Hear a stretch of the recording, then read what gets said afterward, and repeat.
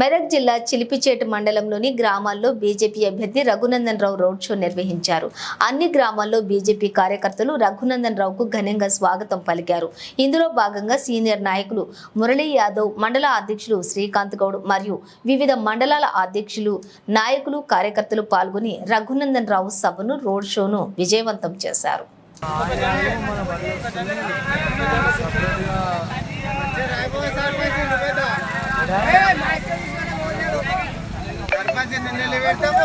బల్బులు నల్ల